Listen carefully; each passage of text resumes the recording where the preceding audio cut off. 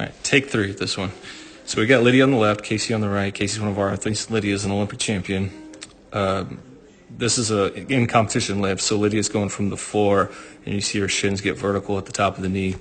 Now, what I want Casey to work on, Lydia does very well, so that's why we're using Lydia as an example. So what you're going to see, try to get this in a better position, you're going to see immediately once she gets that vertical shin, top of the knee position, that knee's going to start sliding forward a little bit, hips slide forward slightly, but more importantly, you're going to see that torso start to move a lot. So you see that chest start moving quick, the hips are moving just barely, but the knee slides under the bar just enough to get her into this position.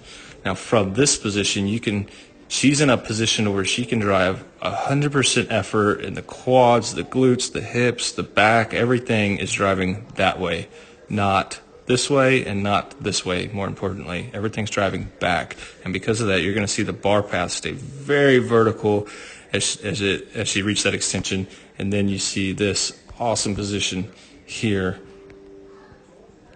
where she's getting a lot of power moving back and up. And because the weight's in front of us, that's what we need to keep the bar from swinging out.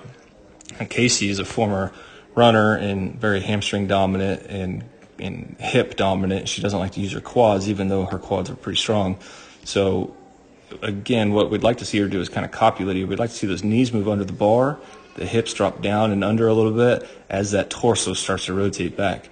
But she likes to use the hamstrings, and so what she's going to do is continue up the leg. The knee actually moves the opposite direction we want it to move. The hips are coming up and back, and the chest is coming forward still. So she's basically doing everything the opposite of what Lydia is doing in those first few inches past the knee. Now she gets to this position, and if we zoom in on her feet, you can see how much she gets back into the heels. Her toes are completely off the ground. And now from here, she can't quite get the bar to the hip. She's actually going to make contact with mid-thigh versus making contact in that hip position. And then that's going to, because all of her weight's in her heels and the bar is so far tucked in this way, the only way she can go is back this way. So she's worked it so far under her, and now she has to get it back out in front of her, and that's going to cause this bar to kind of go that way. So she's in a position to jump forward where Lydia was trying to get into a position to jump backwards.